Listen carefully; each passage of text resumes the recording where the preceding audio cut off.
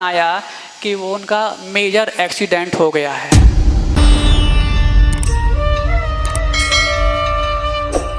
गुरुदेव के साथ उनकी सन्निधि में हम लोग 2012 के अंत में जगदलपुर की यात्रा किए थे। बस्तर वो इलाका है, इसके पहले तक कोई आचार्य महाराज का पदार्पण नहीं हुआ था। मुनि महाराज यदा कदवा कोई एकाध कोई महाराज पहले गए हों पता नहीं, लेकिन आचार्य महाराज और वो भी इस युग के महानतम आचार्य गुरुदेव विद्यासागर जी महाराज उस बस्तर की धरा धन्य करने के लिए वहाँ की मुट्ठी भर समाज के निवेदन, बल्कि कहना चाहिए उस समाज की मुट्ठी बंदी होने के कारण, गाढ़े पुण्य के कारण बस्तर पहुँचे थे। तो रास्ते में एक स्थान पड़ा था कोंडा गांव। वो कोंडा गांव में सिर्फ 4-5 घर थे। गुरुदेव की सत्संग वहाँ पर आहारचर्या हुई और वहाँ के लोगों ने अपनी एक असमर्थता व्यक्त की कि हमारे यहाँ कोई जनालय नहीं है, और कुछ महाराजों से संपर्क करने की कोशिश की। संभव सागर जी महाराज हमारे पास आकर के कुछ बात रखी उन्होंने, तो गुरुदेव तक हम लोगों ने बात पहुँचाई। गुरुदेव ने हल्का संकेत कर दिया, तुम लोग देख लो, समझ लो क्या उनकी रुचि है, कैसे क्या करना चाहते हैं। तो भाई ऐसा सोचते हैं, अभी तो हम लोग बस्तर जा रहे हैं जगदलपुर, और जब वहाँ से लौटेंगे तब तक आप ऐसा कुछ कर लेना अस्थायी रूप से, ताकि एक सुरक्षित और शुद्ध स्थान पर एक अस्थायी वेदी का निर्माण कर लेना। आचार्य जब लौटेंगे तो वहाँ पर वेदी प्रतिष्ठा करा लेंगे। और अभी हम लोग दुर्ग से प्रतिष्ठा कराते हुए 24 की प्रतिष्ठा कराई है, और वहाँ पर एक प्रतिमा अतिरिक्त प्रतिष्ठित भी हो गई है। तो इस बहाने आपके लिए वो अतिरिक्त प्रतिष्ठित प्रतिमा जो गुरुदेव के द्वारा संस्कारित है आपके यहाँ आ जाएगी। तब तक आप यहाँ धर्म ध्यान करना, और आगे जा कर के यदि आपका योग बनता है तो आप एक अच्छे जनालय का निर्माण भी कर सकते हैं। ऐसी बात बन गई, उन लोग को बात जम गई। पुण्य का योग था। हम लोग जगदलपुर पहुँचे। जगदलपुर में ऐसे ही विधान वहाँ पर भी गुरुदेव के सानिध्य में आनंद संपन्न हुआ। और जब लौटकर आ रहे थे तो 2-3 पड़ाव के बाद ही वो कोंडा गांव पड़ना था। तैयारियां उन लोगों ने पूरी कर ली थी। अब जब वहाँ पहुँचे, ठंडी का समय था, जनवरी का समय था, और सुबह सुबह हम लोग वहाँ पहुँचे थे, और नया उन्होंने कंस्ट्रक्शन कराया था, अस्थायी वेदी का निर्माण कराया था। भगवान भी वहाँ पर विराजमान कर लिए थे। उसी दिन उनकी वेदी प्रतिष्ठा अंतिम रूप लेने वाली थी। इतना सब तो हो गया, और हमने देखा गुरुदेव के साथ पूरा संग, चूँकि गुरुदेव उस प्रतिमा को यूँ पीछे लेते हुए काफ़ी देर तक निहारते रहे। लगभग 1-1.5 घंटे तक गुरुदेव खड़े ही रहे वहाँ पर, ज़मीन पे ही खड़े रहे, ना कोई चौकी पे खड़े हुए, बैठना तो बहुत दूर की बात है। और जब गुरुदेव खड़े हैं तो पूरा संघ भी यूं ही वहाँ खड़ा रहा। लगातार एक टक उस प्रतिमा को निहारते रहे। कोई प्राचीन प्रतिमा नहीं थी बंधुओं, नवीन प्रतिमा प्रतिष्ठित होकर के हम लोग 2-3 महीने पहले प्रतिष्ठा करके वहाँ पहुँचे थे। वो प्रतिमा आई थी, और गुरुदेव के सानिध्य में सुबह सुबह वहाँ पर वेदी प्रतिष्ठा हो गई। फिर आहारचर्या का समय हो गया, गुरुदेव आहार पे निकल गया, पूरा संघ आहार पे निकल गया। तो उसके बाद एक और स्थान पड़ना था जहाँ पर भी एक घर की समाज थी, और एक घर में भी 5-6 महिलाएं थीं और एक मात्र जेंट्स था। उसके भाव भी कुछ होने लगे। उस स्थान का नाम था केशकाल। तो अब वो केशकाल नहीं, वो दूसरा केशकाल। तो केशकाल जो स्थान था, एक मात्र पुरुष है और 5-6 महिलाएं हैं। उसके कुछ भाव हो भी रहे हैं, लेकिन डामाडोल भी हो रहे हैं कि अकेला मैं हूँ। यदि मान लो जनालय बना लिया, कहीं यदि बिजनेस के काम से बाहर जाना पड़ा तो प्रक्षाल अभिषेक कौन करेगा? ठीक है, भक्ति तो कर लेंगे ये लोग महिलाएं, पूजन कर लेंगे, लेकिन प्रक्षाल अभिषेक कौन करेगा? तो अब किस्मत से हमारे यहाँ जिन सज्जन के यहाँ हुए थे वो अच्छे कोंडा गाँव के थे, और वो थोड़ा से उत्साहित हो रहे थे। तो हमने कहा भाई ये लोग थोड़े से डामाडोल हो रहे हैं, आप चाहो जैसा आप लोगों ने यहाँ पर व्यवस्था बनाई है, हम लोग 2 दिन बाद केशकाल पहुँच जाएंगे, और यदि 2 दिन में तुम व्यवस्था कर सकते हो तो गुरुदेव की सन्निधि में वहाँ पर भी एक अस्थायी जनालय बन जाएगा।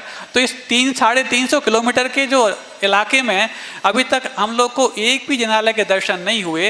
यदि इस प्रकार की भूमिका बनती रही तो 3-4 स्थानों पर बीच में जो पड़ाव मिलेगा तो लोगों का यहाँ पर रुकने का मन भी बनेगा, उनका ये ठहराव होगा। और जो अभी तक लोग यहाँ पर आकर के, मान लो यदि गवर्नमेंट एम्प्लॉई हैं, जैन हैं, तो वो ले दे करके अपना ट्रांसफ़र करा लेते थे। क्यों? क्योंकि उनको जिन दर्शन नहीं मिलते हैं, और जब जिन दर्शन नहीं मिलते तो जैनत्व सुरक्षित कैसे रह पाएगा, और वो अपना ट्रांसफ़र करा लेते हैं। और यदि उनके लिए यदि यहाँ पर जिन दर्शन की व्यवस्था हो जाएगी तो हो सकता है उनका मन यहाँ बनने लग जाए। और जो आप लोग अपने आप को अलग थलग से समझते हैं तो उनके लिए भी यहाँ पर आपको संबल देना हो जाएगा। तो उनको बहुत कुछ बात जमी। बोले महाराज जी मैं शाम तक आपको खबर कर दूंगा। हमने कहा पक्का, यदि शाम तक आप खबर करोगे तो हम आचार्य को बता देंगे कि आचार्य वहाँ भी इस प्रकार की व्यवस्था है। ठीक है। अब वो गए, बड़े उत्साह के साथ गए। बोले महाराज जी मैं सब करा दूंगा, कोई दिक्कत नहीं है, एक छोटा सा कमरा बना करके, एक ही घर तो है। अब गए वो, और शाम तक कुछ खबर नहीं भेजी। हम समझे हो सकता है अब मन नहीं बन पाया होगा उनका, जो भी रहा हो।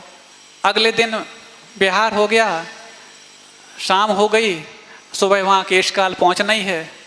कुछ लोग कह तो रहे हैं कि हाँ वहाँ कुछ काम तो चल रहा था, लेकिन अभी कंफर्मेशन नहीं है कि वहाँ वेदी प्रतिष्ठा सुबह हो पाएगी कि नहीं हो पाएगी।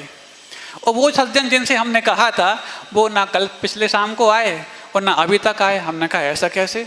कल तक तो बहुत उत्साह दिखा रहे थे, कोंडा गांव में भी उनने बहुत अच्छा भोजनालय अस्थायी रूप में बनवा लिया और प्रतिमा पहुंच गई। उस समय हमने उनसे कहा था यदि प्रतिमा तो आपने विराजमान यहाँ करा ली कोंडा गांव में और दुर्ग से प्रतिमा आ गई, लेकिन जो जिस प्रतिमा को गुरुदेव ने 1.5 घंटे तक अपलक निहारा है उसमें अतिशय उत्पन्न अवश्य हुआ होगा। और अब तुमने यहाँ पर प्रतिमा विराजमान कर दी, कोंडा गांव में 5-6 घर हैं वो लोग कर लेंगे, लेकिन यदि तुमने यहाँ पर यदि प्रतिमा विराजमान करवाने के बाद यदि उसकी पूजन आराधन अभिषेक का यदि संकल्प नहीं लिया तो गुरुदेव का जो अतिशय इस प्रतिमा में प्रकट हुआ है, जो हम लोगों ने तो पढ़ा है, अभी तुम पहचान नहीं पाए हो, तो वो अतिशय आपके जीवन में काम कर पाएगा हम नहीं कह सकते। कुछ उनको बात लगी, समझ में आई, तो उन्होंने कहा ठीक महाराज जी ये संकल्प तो मैं ले सकता हूँ कि अभी 2-3 दिन का मुझे काम है और मैं जो लौट कर आऊँगा तो प्रतिदिन इस प्रतिमा के दर्शन, पूजन, अभिषेक और जैसी मेरी आवश्यकता होगी, जो कि वो इंजीनियर साहब थे, गवर्नमेंट एम्प्लॉई थे, आना जाना पड़ता था, जब जब मैं यहाँ रहूँगा तो प्रतिदिन ऐसा करूँगा। और हाँ उनको बात ये जम गई कि जिस प्रतिमा को गुरुदेव ने निहारा है उसमें अतिशय अवश्य प्रकट हुआ होगा। अब ये वाली बात तो कोंडा गांव की थी। जब वो केशकाल पहुँचे तो हमें बताया नहीं उन्होंने कुछ, कल क्या होने वाला है क्या नहीं होने वाला है, और वो निकल गए। अगले दिन हमें पहुंचना है, हम समझे शायद बात नहीं बन पाई होगी क्योंकि अकेला घर वहाँ पर था और कोई बात नहीं जमी होगी तो चले गए होंगे। लेकिन लोगों ने आके बताया कि वहाँ काम तो चल रहा है। और सुबह सुबह जब बस वहाँ पर पहुँचना था 1 घंटे पहले हम लोग को खबर मिली कि नहीं वहाँ पर भी वेदी तैयार है और गुरुदेव के सानिध्य वहाँ भी प्रतिष्ठा होने वाली है। तो वहाँ भी पहुँचे, गुरुदेव के सानिध्य वहाँ भी वेदी प्रतिष्ठा हो गई। 2 स्थान हो गए, एक बीच में सोनारपाल स्थान और पड़ा था, वहाँ पर भी जिनालय की भूमिका बन गई। ऐसे 3 स्थानों पर अस्थायी जिनालय वहाँ बन गए। अब ये तो हो गया, लेकिन हमें एक बात समझ में नहीं आ पाई कि वो व्यक्ति जिसको हमने कहा था, परसों कहा था ना, परसों उसने कुछ हमारे लिए रिपोर्ट की, कल भी रिपोर्ट नहीं की, और जब उसने काम करा दिया था, अथवा हो सकता है इसने काम नहीं कराया और किसी दूसरे व्यक्ति ने करा दिया इसलिए रिपोर्ट करने में हिचकिचा रहा हो, तो कम से कम ये तो कह देता महाराज जी हम नहीं, उनने करा दिया, कुछ भी नहीं कहा और आया नहीं। हमने कहा चलो कोई बात नहीं आए तो काम तो हो गया अपना, आगे चलते हैं। और शाम को फिर बिहार हो गया। शाम को जब बिहार हुआ तो वो व्यक्ति अपने बच्चों के साथ आकर के क्षमा के साथ आके बोलते हैं महाराज जी क्षमा कीजिए, परसों आपने कोई एक काम सौंपा था, वो काम तो हम करके चले गए थे, शाम को आप तक आने वाले थे, इस बीच में एक खबर आई कि मेरा बेटा और होने वाली बहू और उन दोनों के मित्र 4 लोग, अभी नई नई गाड़ी हमने खरीदी थी और नई नई गाड़ी खरीदी थी तो भिलाई से वो यहाँ तक आचार्य के दर्शन करने आ रहे थे। और जैसे ही हमने अपना काम वहाँ केशकाल में करा के आप तक लौटना चाहा, फ़ोन आया कि वो उनका मेजर एक्सीडेंट हो गया है, पैरों से ज़मीन खिसक गई। आप तक ना पहुँच करके पहले मैं वहाँ गया और भिलाई में जब वो गाड़ी को क्रेन उठा रही थी तो पापड़ जैसी वो गाड़ी बन गई थी। मैंने उस गाड़ी को देख करके अपनी आंखें बंद कर लीं और आंखें बंद करके आंसू बहा रहा था। मैंने सोचा अभी तक मैं धर्म कर्म कुछ नहीं करता था, जीवन जैसा चल रहा था अच्छा चल रहा था, कल ही तो महाराज के सामने परसों जा कर के मैंने संकल्प लिया और गुरुदेव ने जिस प्रतिमा को अपलक निहारा है उसकी अतिशय की बात सुनी और उस प्रतिमा का अभिषेक पूजन करने का संकल्प लिया। जब मेरे जीवन में संकल्प आया तो इतना बड़ा संकट सामने आ गया, मैं कुछ समझ नहीं पा रहा था, क्यों कर्तव्य विमूढ़ हो गया था। इतने में चहचहाती आवाज आई, पापा। तो मुझे स्वप्न सा लगा, पता नहीं कोई स्वप्न में जो बच्चों की आवाज़ सुनता था वैसे ही कुछ हो रहा होगा। लेकिन जब आंखें खोली, आंखों में मेरे पानी बह रहा था और वो चारों बच्चे सामने आकर के और मेरे चरणों में गिर जाते हैं, तब मुझे लगा कि जब जिस प्रतिमा को गुरुदेव ने निहारा है और महाराज ने कहा था कि इसमें अतिशय अवश्य संपन्न हुआ होगा, अवश्य प्रकट हुआ होगा, अभी तो मैंने उसकी पूजन भक्ति आराधना की ही नहीं है, मात्र उसको करने का संकल्प लिया है, उसका साक्षात अतिशय आज देख लिया कि संकल्प मात्र करने से मेरे बच्चे, जिस गाड़ी में गाड़ी तो चकनाचूर हो गई लेकिन मेरे बच्चों को खरोंच तक नहीं आई। ये गुरुदेव के द्वारा उस प्रतिमा को निहारने मात्र, वो भी 1.5 घंटे निहारने मात्र का संकल्प अतिशय प्रकट हुआ।